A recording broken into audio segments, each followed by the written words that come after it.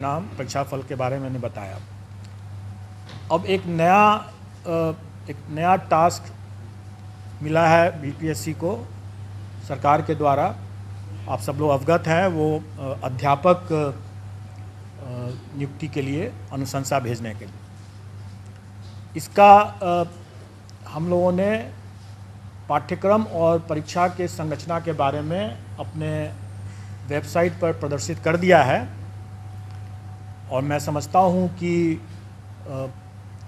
इसको लेकर के कुछ संशय आप लोगों के भी मन में होगा और अभ्यर्थियों के भी मन में होगा, और मैं चाहूँगा कि आप लोग भी प्रश्न पूछें और उनके बाद अगर कोई संशय है तो मैं कोशिश करूँगा कि उसको दूर करूँ। कुछ जानकारी मैं दे देना चाहूँगा ताकि आप लोग प्रश्न अगर पूछेंगे तो आसानी रहेगा। उसके बाद टोटल पद जो है वो प्राथमिक विद्यालय के लिए 79,943 है, जिसकी अधियाचना आयोग को प्राप्त हुई है। 79,943। उसके बाद माध्यमिक विद्यालय के लिए 32,916, 32,916। और उसके बाद हायर सेकेंडरी के लिए 57,602, 57,602। टोटल होता है 1,70,461, 1,70,461 जिस 61 आप लोग भी टोटल कर लेंगे। अब इसमें जो अर्हताएँ हैं वो सरकार के नियमावली में दिया हुआ है, और जहाँ जहाँ वो मिसिंग होगा वो सरकार के निर्देश पर और सरकार के साथ आयोग की बैठक, संयुक्त बैठक में जो निर्णय लिया जाएगा उसके अनुरूप वो होगा। और वो विज्ञापन के समय जब निकलेगा 1-2 दिन में मैं समझता हूँ कि विज्ञापन भी हम लोग निकाल देंगे। वैसे मैं बता दूँ मोटा मोटी तौर पर कि प्राथमिक विद्यालय के लिए जो न्यूनतम अर्हताएँ होंगी वो inter pass plus CTET plus diploma in elementary education या बीएड अगर किया हो तो वो होना चाहिए। माध्यमिक विद्यालय के लिए graduation plus state STET plus B Ed, और हायर सेकेंडरी के लिए पोस्ट ग्रेजुएशन होना है और स्टेट और बीएड होना है। डिग्री मतलब graduation plus state plus B Ed. और इसमें जो नियमावली के हिसाब से ही जो लोग वर्ष 2012 के पूर्व के जो होंगे, जो नियोजित हैं, उनके लिए टीटी मतलब टीचर्स एलिजिबिलिटी टेस्ट से वो उनको एग्जेम्पशन है। हाँ, तो ये हुआ। उसके अलावा फिर एज रिलैक्सेशन भी है उन लोगों के लिए, वो सारा चीज़ नियमावली में पहले से दिया हुआ है। वही चीज़ विज्ञापन में हम लोग रिपीट कर देंगे। अब जो हम लोगों ने जो पाठ्यक्रम निकाला और जो उसके लाइट में लोगों को जो जिज्ञासा या संशय है, थोड़ा मैं उसको दूर करना चाहूँगा। पहली बात कि ये लोग प्रश्न पूछ रहे हैं कि परीक्षा एक ही दिन में होगा, एक दिन से अधिक में होगा, तो हम लोग आवेदन जो मांगेंगे वो इन सभी पदों के लिए एक साथ मांगेंगे, एक ही आवेदन होगा। मतलब कहने का है कि एक कैंडिडेट अगर वो योग्य है तो वो प्राथमिक के साथ साथ वो हाई स्कूल के लिए भी और हायर सेकेंडरी स्कूल के लिए भी, तीनों के लिए वो अप्लाई कर सकता है। एक साथ अप्लाई एक साथ कर सकता है। और जब हम अप्लाई करने की जब हम उसको सुविधा देंगे, क्योंकि उसका हक भी है, अगर वो योग्य है तो तीनों में अप्लाई कर सकता है, तो स्वाभाविक है कि हम उसको तीनों के लिए परीक्षा में उत्तीर्ण होने के लिए भी हम उसी हिसाब से परीक्षा की तिथि को रखेंगे, ताकि अगर वो योग्य कैंडिडेट है तो वो तीनों परीक्षा में अलग अलग तिथि पर वो भाग ले सकता है। अब हम आते हैं पाठ्यक्रम के बारे में। पाठ्यक्रम या और परीक्षा की जो संरचना है वो हम लोगों ने इस तरीके से डिसाइड किया है कि एक पेपर जो होगा वो क्वालिफाइंग नेचर का है और वो भाषा का पेपर जो है वो क्वालिफाइंग नेचर का है। उसमें उसको सिर्फ पास करना है, उसका मेरिट में नहीं जुटेगा वो। उसमें भाषा में 2 सेक्शन रहेगा। एक सेक्शन अंग्रेजी है जो सबको करना है, और दूसरा सेक्शन में विकल्प है, मतलब कि वो हिंदी, उर्दू या बांग्ला। क्योंकि हमारे पास जो पद आए हैं प्राथमिक में, उसमें बांग्ला के लिए 148 पद है, उर्दू के लिए 12,729 पद है, और बाकी जो प्राथमिक के जो बाकी हैं वो सामान्य मतलब हिंदी के हैं। ये सब जो क्वालिफाइंग वाला जो मामला है, जिसमें 25 मार्क्स का अंग्रेजी और मैं आपकी जिज्ञासा को जल्दी ही शांत कर दूंगा। 25 मार्क्स जो रहेगा वो, और सभी एग्ज़ाम जो हमारे हैं वो MCQ बेस्ड हैं, मतलब कि ऑब्जेक्टिव टाइप के हैं, मल्टीपल चॉइस क्वेश्चंस रहेंगे। और क्वालिफाइंग नेचर का जो पेपर भाषा का है, उसमें अंग्रेजी 25 नंबर के रहेंगे, 25 प्रश्न, और हिंदी या उर्दू बांग्ला जो रहेगा वो 75-75 का रहेगा। उसमें से कोई एक चुनना है उनको। मतलब टोटल 100 नंबर के 100 प्रश्न रहेंगे, और पूरे पेपर में उनको 30% मतलब कि 30 नंबर न्यूनतम लाना होगा, तभी वो पास करेंगे, नहीं तो वो परीक्षा से, प्रतियोगिता से बाहर हो जाएंगे।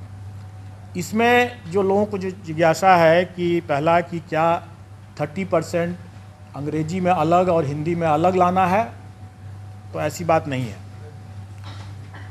नहीं है। संयुक्त रूप से उनको 30% लाना है, मतलब 30 नंबर लाना है। लेकिन मेरा यह मानना है कि ऐसा नहीं हो सकता है कि कोई शिक्षक हों और वह सड़क पर अगर चल रहे हैं और सड़क पर जो रोड पर जो साइनेजेस रहता है वो अंग्रेजी में भी रहता है, तो उसको न पढ़ सकें, तो वो शिक्षक क्या हुए? जो राह चलते हुए जो रोड के जो साइनेजेस हैं उसको अंग्रेजी में अगर लिखा हुआ है तो उसको भी न पढ़ सके हैं, तो क्या वो अच्छी गुणवत्ता के शिक्षक हुए?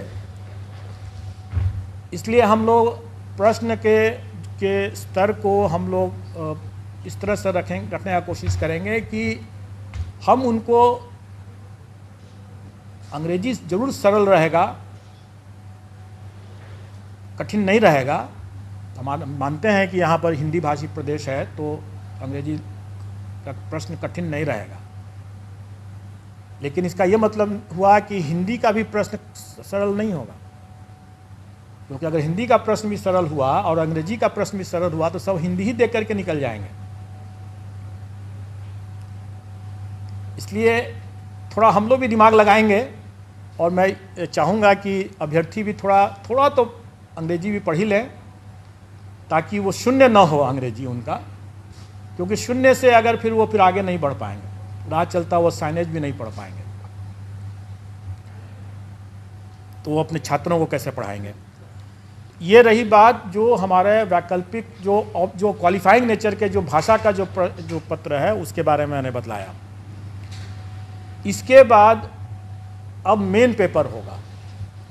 मेन पेपर 150 नंबर का होगा, जिस पर कि मेरिट होगा, और हर स्कूल के कैटेगरी के लिए एक ही मेन पेपर है। जैसे प्राथमिक के लिए सिर्फ एक मेन पेपर है, अगर हम हाई स्कूल के लिए जाते हैं तो उसके लिए भी एक ही मेन पेपर है, और अगर हम इंटर स्कूल के लिए भी जाते हैं, मतलब हायर सेकेंडरी स्कूल के लिए जाते हैं, तो उसके लिए भी एक ही मेन पेपर है। एक ही पेपर उसके बाद देना है। और वो अगर कोई अभ्यर्थी अगर तीनों श्रेणी के लिए अप्लाई करता है तो स्वाभाविक है कि उसको फिर तीनों पेपर देना होगा। अलग अलग दिन होगा, लेकिन देना होगा तीनों। फिर मेरिट लिस्ट अलग अलग बनेगा, क्योंकि सबके लिए अलग अलग वो परीक्षा है। अब रही बात कि जो भी 150 नंबर का जो मेन पेपर हुआ, उसका कंपोजिशन इस तरह से रहेगा कि 100 क्वेश्चंस तो रहेंगे वही जो वो अपने विद्यार्थियों को पढ़ाते हैं, उसका टॉपिक, उसका चैप्टर, उसका विषय वो वही होगा जो वो अपने बच्चों को पढ़ाते हैं स्कूल में। इसलिए अगर ये जिज्ञासा है कि उसका हम सिलेबस में विस्तार करके दें, तो मेरा ये कहना होगा कि बिहार एग्जामिनेशन बोर्ड का जो सिलेबस है बच्चों के लिए, उसी को देख लें, उसी को पढ़ लें, चैप्टर उसी के हिसाब से कंप्लीट कर लें, उनका डिटेल सिलेबस हो जाएगा। अगर मान लें कि अगर कोई फिजिक्स का देखता है या कोई हिंदी का देखता है, तो जो अगर कोई इंटर का अगर है वो विषय, तो इंटर में जो पढ़ाई होती है एक फिजिक्स के स्टूडेंट के लिए, उसका वही रहेगा, चैप्टर कंटेंट्स वही रहेगा। प्राथमिक विद्यालय में भी अगर जो बच्चों को जो पढ़ाते हैं शिक्षक, वो वही रहेगा कंटेंट, वही चैप्टर्स वही रहेंगे। मतलब सिलेबस का जो विस्तार, डिटेल सिलेबस की जो लोग मांग कर रहे हैं, वो करना ज़रूरत नहीं है, क्योंकि अगर उसको देखना है तो अपने बिहार एजुकेशन बोर्ड का सिलेबस बच्चों का उठा कर देख लें और उसी की पढ़ाई कर लें। अब रही बात कि शिक्षक हैं, वो बच्चों से उनका ज्ञान ज़्यादा होना चाहिए, बच्चों से उनका स्तर ज़्यादा होना चाहिए, तभी तो पढ़ा पाएंगे। तो स्वाभाविक है कि प्राथमिक शिक्षक के लिए जो अभ्यर्थी होंगे, उनका चैप्टर तो वही होगा जो बच्चों को पढ़ाने वाला है, लेकिन उसका स्तर जो होगा वो बच्चों वाला तो नहीं होगा। उनका स्तर जो उनके लिए जो, जैसे प्राथमिक शिक्षक के लिए न्यूनतम निर्धारित योग्यता जो है वो इंटर है, तो उसी के आलोक में प्रश्न पत्र का स्तर होगा। चैप्टर तो वही हुआ जो प्राथमिक विद्यालय में जो पढ़ाते हैं, लेकिन उसका जो स्तर जो होगा वो उनके जो न्यूनतम निर्धारित योग्यता, मतलब इंटर जैसे है, तो उसी को ध्यान में रख करके होगा कि इंटर पास एक अभ्यर्थी स्कूल प्राथमिक विद्यालय के बच्चों को पढ़ाएंगे तो उनको क्या ज्ञान होना चाहिए, जो भी विषय वो पढ़ाएंगे उसके लिए उनका क्या ज्ञान होना चाहिए, क्या स्तर होना चाहिए, वो उसी के आलोक में रहेगा। और उसी तरीके से अगर मान लें अगर +2 का अगर कोई शिक्षक है अभ्यर्थी, तो स्वाभाविक है कि वो +2 के विद्यार्थियों को पढ़ाने के लिए उसका स्तर तो उससे ऊंचा का होना है, तो फिर +2 के शिक्षक के न्यूनतम अर्हता जो है वो पोस्ट ग्रेजुएशन का है। तो पोस्ट ग्रेजुएशन का है तो हम लोग उसी के आलोक में कि वो इंटर के बच्चों को पढ़ाने वाले पोस्ट ग्रेजुएट अभ्यर्थी हैं, तो प्रश्नों का स्तर क्या होना है वो उसी के हिसाब से हम लोग तय कर लेंगे। तो अब इसमें इसको लेकर के जो लोगों को कन्फ्यूज़न था कि हमारा क्या रहेगा, पाठ्यक्रम का कैसे मतलब डिटेल क्या रहेगा, तो मैंने बता दिया। अब रही बात कि ये तो 100 नंबर के हुआ, बाकी 50 नंबर के जो रहेंगे वो सामान्य ज्ञान जो है, जनरल साइंस कर लें, जनरल स्टडीज़ कह लें, वो बेसिकली जो पहला जो 100 नंबर का जो हुआ वो उनके नॉलेज का टेस्ट होगा, और बाकी जो 50 नंबर का जो होगा वो उनके इंटेलिजेंस का टेस्ट होगा। मतलब कि उसमें मेंटल एबिलिटी रहेगा वगैरह वगैरह, रीजनिंग रहेगा और इसी तरह के मिलते जुलते चीज़ रहेंगे, जो उनके कुछ हो सकता है कि सामान्य तरह का जो एक किसी भी जागरूक नागरिक को या शिक्षक को थोड़ा बहुत ज्ञान होना चाहिए सामान्य ज्ञान का, तो वो उसी तरह का रहेगा। वो बहुत ऐसा बिल्कुल नहीं रहेगा कि हम कोई, जो लोग ये आशंकित हो रहे हैं कि हम SDM बना रहे हैं, ऑफिसर बना रहे हैं, ऐसी बात नहीं है।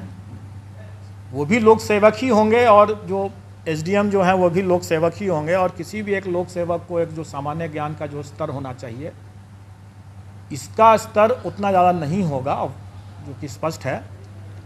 लेकिन इसमें 50 नंबर जो रहेंगे वो उनके विषय ज्ञान से हट करके ये उनके सामान्य ज्ञान, जो उनकी बुद्धिमत्ता का जो हम असेस करने का प्रयास करेंगे इसमें। अब रही बात कि इस पूरे मामले में हम लोगों ने इस बात शुरू से ही स्पष्ट कर दिया है कि इसमें तुक्केबाजी को हम प्रश्रय नहीं दे सकते हैं। मेरा ये मानना है कि अगर कोई ऑफिसर अगर है तो वो ऑफिसर जैसे सिविल सर्विसेज का हम एग्ज़ाम लेते हैं, वो कोई भी विषय पढ़ के आता है, लेकिन वो उस विषय का उपयोग नहीं करता है अपने कार्य में। अगर वो मान लें कि फिजिक्स पढ़ के आया तो सीधे वो फिजिक्स का उपयोग थोड़ी कर रहा है अपने कार्य में, लेकिन शिक्षक जो है वो सीधे अपने उस ज्ञान का उपयोग कर रहा है। अगर वो फिजिक्स पढ़ के आया है या हिस्ट्री पढ़ के आया है तो वो उसका उपयोग कर रहा है अपना ज्ञान बांटने में, अपने विद्यार्थियों को पढ़ाने में। वो अपने ज्ञान के मामले में तुक्केबाजी अगर करते हैं तो ज़्यादा खतरनाक होगा, वो बच्चों के लिए भविष्य से खिलवाड़ वाली बात होगी। इसलिए हम उनको तुक्केबाजी पर अंकुश शुरू से ही लगाएंगे और इसलिए हम इसमें नेगेटिव मार्किंग रखेंगे। लेकिन अभ्यर्थियों को उससे घबराना नहीं चाहिए, क्योंकि आफ्टर ऑल जो वो पढ़ाएंगे बच्चों, जो उनका अपना खुद का विषय है, जिस पर उन्होंने पढ़ाई किया है और जिस पर वो आगे काम कर रहे होंगे या काम करेंगे, उसका तो उनको ज्ञान होना ही है, नहीं तो वो अपना पढ़ाएंगे कैसे। इसलिए वो चूँकि उनका ज्ञान भी है, उसका अनुभव भी है, इसलिए उनको कोई उसमें तुक्का लगाने की ज़रूरत नहीं होगी उनको। और इस बार तो मतलब कंबाइंड सिविल सर्विस की तुलना में सक्सेस रेशियो जिसमें जो होना है, जैसे 1,70,000 से ऊपर वैकेंसी है, अगर अभ्यर्थियों की संख्या हम माने कि 6-7 लाख अगर होंगे तो आप अनुपात देख लें कि सक्सेस का अनुपात काफ़ी बेहतर है कंपेयर टू जो कंबाइंड सिविल सर्विसेज एग्ज़ाम जिसमें कि काफ़ी मारामारी रहता है। तो इसमें उतना घबराने की ज़रूरत नहीं है। प्रश्न का स्तर जो होगा वो कठिन नहीं होगा, लेकिन डेफिनेटली वो एक तरह से बहुत हल्का भी नहीं होगा। वो उनके जो काम जो करेंगे, जो पढ़ाएंगे, उसको उसके ही आलोक में उसका स्तर होगा। तो नेगेटिव मार्किंग कितना होगा उसके बारे में जो लोग यहाँ पर पहले से जुटे हुए हैं आयोग के संबंध में, नेगेटिव मार्किंग संबंध में, वो जानते हैं कि अगर 5 ऑप्शन रहेंगे अगर, तो 1/n-1 होता है फॉर्मूला उसके हिसाब से। मतलब कि अगर 5 ऑप्शन है तो मतलब कि 4 गलत प्रश्न और 1 सही प्रश्न मिलाकर के 0 होना है। 5 ऑप्शन है तो 1/4 हो जाएगा, और अगर 4 ऑप्शन है तो 1/3 माइनस हो जाएगा। ये स्टैंडर्ड स्टैटिस्टिकल फॉर्मूला रहता है और इसका निर्णय हम लोग कर देंगे और वो परीक्षा में भी उन लोग पता चल जाएगा, लेकिन इससे घबराने की बात बिल्कुल नहीं है। और हम लोग अभ्यर्थियों को पर्याप्त समय भी देंगे पढ़ाई करने के लिए, तैयारी करने के लिए, इसलिए इसमें घबराने वाली बात तो बिल्कुल नहीं है। और अनुपात जो सक्सेस का अनुपात इतना बेहतर है, मैं समझता हूँ कि जो अगर थोड़े से भी जो लोग पढ़ा रहे होंगे, ठीक से पढ़ा रहे होंगे, तो उनके लिए कोई दिक्कत नहीं होनी चाहिए, आ जाएंगे इसमें। अब आप लोगों का अगर कोई प्रश्न बिल्कुल नहीं है, और अनुपात जो सक्सेस का अनुपात इतना बेहतर है, मैं समझता हूँ कि जो अगर थोड़े से भी जो लोग पढ़ा रहे होंगे, ठीक से पढ़ा रहे होंगे, तो उनके लिए कोई दिक्कत नहीं होनी चाहिए, आ जाएंगे इसमें। अब आप लोगों का अगर कोई प्रश्न हो इसमें। एग्जाम सर कब तक होगा सर? एग्ज़ाम कब तक होगा? एग्ज़ाम हम लोग कोशिश करेंगे कि हम लोग उनको लगभग 3 माह का हम लोग उनको टाइम तो देना चाहेंगे, 90 दिन का। दिसंबर में लगभग एग्जाम नवंबर तक हम लोग एक साथ रोटी भी खा सकते हैं और सब्जी भी खा सकते हैं। सितंबर तक तो हम लोग मतलब तो हम लोग सितंबर में अगर वो परीक्षा कर रहे हैं तो इसका ये मतलब थोड़ी है कि हम लोग उसके पहले परीक्षा दूसरा नहीं दे सकते हैं। अगस्त लास्ट 90 दिन के बाद कभी भी हम लोग उसके मतलब नहीं, ऐसी बात नहीं, हम लोग आसपास हम लोग उनको पर्याप्त समय देंगे। और मोटा मोटी आप ये समझ के चलें कि अगस्त महीने में एग्ज़ाम होगा। कब सर? अगस्त महीने में एग्ज़ाम होगा। हम लोग अभी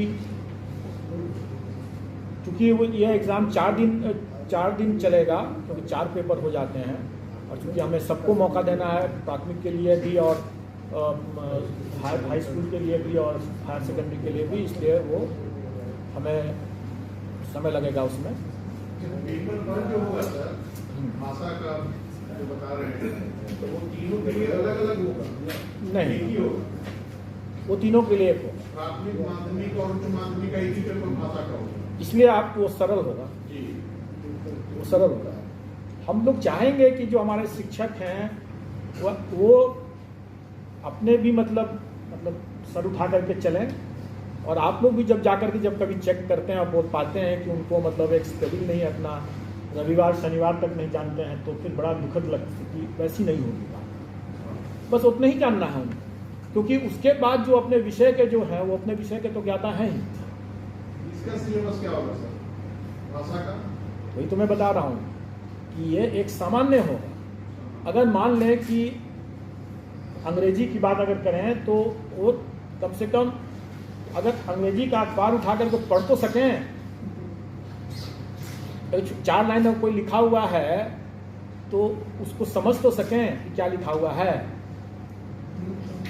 उतना ही भर है, सामान्य है। कोई हम उसमें उनसे शेक्सपियर के बारे में नहीं पूछने वाले हैं।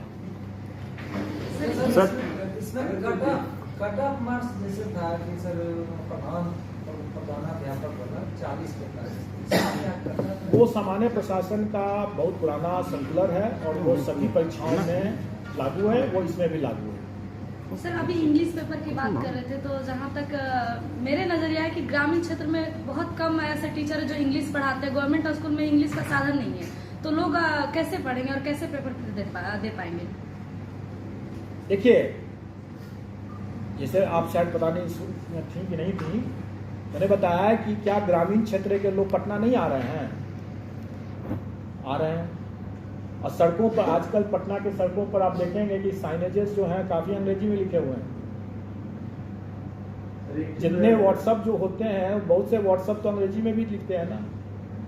सीनियर टीचर्स जो हैं, कोई एक अगर हम बिहार के भविष्य के लिए बात कर रहे हैं, हमारे बच्चे क्या उनकी सीमाओं से बच्चे की भी जानकारी या उनका जो ज्ञान जो है बाधित हो जाए? नहीं होना चाहिए। हम उनको अंग्रेजी पढ़ाने के लिए नहीं कह रहे हैं, क्योंकि वो अंग्रेजी विषय के वो शिक्षक नहीं है, इसलिए अंग्रेजी वो नहीं पढ़ा रहे हैं। लेकिन उनको इतनी जानकारी तो होनी ही चाहिए ना, जो अपने, क्योंकि वो अगर प्राथमिक विद्यालय के अगर शिक्षक है तो वो सब कुछ पढ़ा रहे हैं। हाई स्कूल के हैं तो वो अलग बात है, फिर तो विषयवार हो गया, फिर उसको अंग्रेजी के अलग विषय के शिक्षक हैं। 25 नंबर है अंग्रेजी में, 75 है हिंदी में। हम अंग्रेजी नहीं बनाए, 75 सिर्फ हिंदी बनाए। आपने सुन, मैंने इसके बारे में जवाब दे दिया है, मैंने इसके बारे में जवाब दे दिया है, इसलिए आप उसको आप समझ लें। सर एक चीज़ है सर, इसमें कहा जा रहा है सर, जो बीएड और ये सब का जो क्वालिफिकेशन रखा गया, वो ट्रेनिंग से रिलेटेड क्वेश्चन क्यों नहीं सर रखा गया है सर? Good question. मैं बता दूं कि आप ये तीनों स्तर के, क्योंकि अभी मेरे पास मध्य विद्यालय की वैकेंसी नहीं आई है, इसलिए मैं मध्य विद्यालय के बारे में नहीं बता रहा हूँ, अभी कुछ तय नहीं हुआ है, उसका जब आएगा तो उस समय देखा जाएगा। लेकिन अभी जितने भी स्तर लेवल के विद्यालय के शिक्षकों के बारे में मामला है, सब में देखेंगे कि अनिवार्य अर्हता में सीटेट, एस्टेट ये है या बीएड डीएलएड है।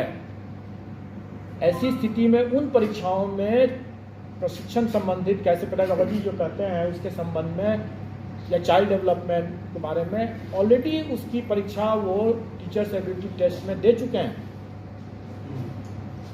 तो अब फिर से उसी चीज़ के अगर हम लेने लगे हैं तो फिर आप ही लोग कहेंगे कि जब उसमें जब ले ही चुके हैं तो फिर इसमें भी वही चीज़ ले रहे हैं, तो नई परीक्षा की क्या ज़रूरत है?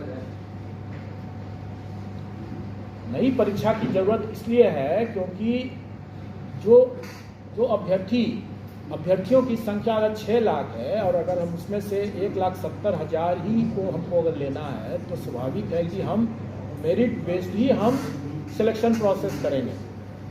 अब रही बात कि पेडागोजी जो है या चाइल्ड डेवलपमेंट सीडीपी जिसको कहते हैं, चाइल्ड डेवलपमेंट पेडागोजी की बात जो कहते हैं, ये ऐसा चीज़ है जिसके लिए वो पहले से एलिजिबल हो, वो अपनी पात्रता पहले से प्रमाणित कर चुके हैं। दूसरी बात कि ये ऐसा मामला है कि वो भविष्य में कि वो टीटी करके आए हुए हैं, वो जब स्कूल में जब जाएंगे वहाँ भी और भी अनुभव ज्ञान अभी हासिल करेंगे। उनका उसमें निखार आना ही है। उस पर हमको एक बार जब एलिजिबिलिटी टेस्ट कर चुके हैं उस बिंदु पर, तो दोबारा हमको उसी बिंदु पर उसकी परीक्षा लेने का कोई मतलब नहीं है। सर पहले क्वालिफाइंग परीक्षा होगा, उसके बाद वो ये भाषा वाले में आप जनरल तो हो गया, इंग्लिश और हिंदी दोनों होना चाहिए, लेकिन अगर कोई बंगला का स्टूडेंट है या उर्दू का स्टूडेंट है, उसके लिए क्या वो भाषा का क्या?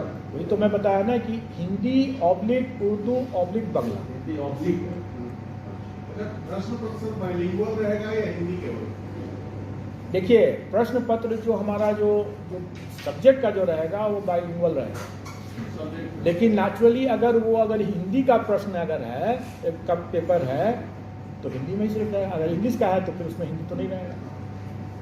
एक उर्दू वाले, ये मदरसा वाले, जो लैंग्वेज का जो विषय का जो पेपर रहेगा वो उसी लैंग्वेज में रहेगा, तो वो बाइलिंगुअल नहीं रहेगा।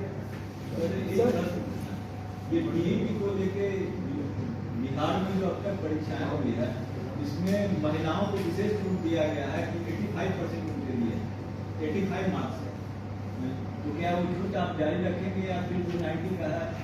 देखिए, जो मिनिमम क्वालिफाइंग जो कट ऑफ है वो सरकार के द्वारा पहले से निर्धारित है। उसमें महिलाओं के लिए अलग है, सामान्य के लिए अलग है। वो उसका पूरा आप लोगों को ज्ञान होगा, हमारे पाठ्यक्रम में भी वो परसेंटेज लिखा हुआ है। अब रही बात कि सरकार ने इस बार जो नियमावली जो बनाया है, उसमें प्राथमिक विद्यालय के शिक्षकों के लिए शिक्षकों के पद पर महिलाओं के लिए आरक्षण जो है 50% 50%, अन्य में 30% या 35%। प्राथमिक में 50 और अन्य में 35। अन्य में जो पहले से है वो सही है, और प्राथमिक विद्यालय के केस में 50% आरक्षण महिलाओं के लिए। सर ये जो एग्जाम जो 2 एग्जाम होंगे तो क्वालिफाइंग एग्जाम पहले होंगे, उसके बाद मेंस होंगे या इससे कोई फर्क नहीं पड़ता है, क्योंकि हमारे जो भी एग्जाम है MCQ बेस्ड हैं, और इसका इवैल्यूएशन हमारे कंप्यूटर से ही होंगे, क्योंकि हम हमेशा करते आ रहे हैं। जो लोग आयोग के पास आते रहते हैं या आयोग की पद्धति से वाकिफ़ हैं, वो जानते होंगे। मैं 1-2 बातें और बता देना चाहूँगा, जो लोग नहीं वाकिफ़ होंगे उनके लिए। पहली बात कि ये MCQ बेस्ड होगा, तो इसमें हम सारा का सारा जो है कंप्यूटर से ही हम इवैल्यूएशन करते हैं। और हम लोगों ने एक नई परिपाटी बनाया है कि जो हमारे आंसर की जो निकलते हैं वो हम पहले से प्रदर्शित कर देते हैं, और उस पर जिसको आपत्ति करनी है तो आपत्ति भी करते हैं, 1 बार 2 बार, तो वो इसमें रहेगा। जो हम लोगों ने इतने दरमियान में जो अनुभव हासिल किया है इस तरह की परीक्षाओं को लेने में, और जो सुधार किया है, उसका लाभ शिक्षक अभ्यर्थियों को भी होने वाला है।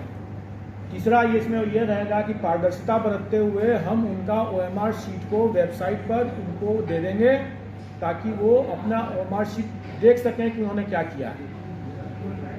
ये पूरी ट्रांसपेरेंसी रहेगी। लेकिन इसके साथ साथ मैं ये भी बता दूं, उनको ये आगाह भी कर दूं कि मैं जो ये सुविधा दे रहा हूं, तो उसके साथ साथ जो पारदर्शिता और जो कड़ाई जो की बरती जाएगी, उसके बारे में भी जानकारी दे दूं। हम लोग अपना प्रश्न पत्र जो है वो सीधे एग्जामिनेशन सेंटर में अभ्यर्थियों के सामने खोलेंगे। वो कहीं किसी सेंटर सुपरिटेंडेंट के चैम्बर में नहीं खुलेगा, वो पहुंचेगा। और जो लोग यहाँ से पहले से आते रहे हैं वो तो वाकिफ़ हैं, जो नहीं आ रहे पहली बार आ रहे होंगे, जो उनके लिए मैं बता दूं। और शिक्षक अभ्यर्थी चूँकि के लिए ये पहला अनुभव होगा, ताकि बहुत पहले जो इस वर्तमान जनरेशन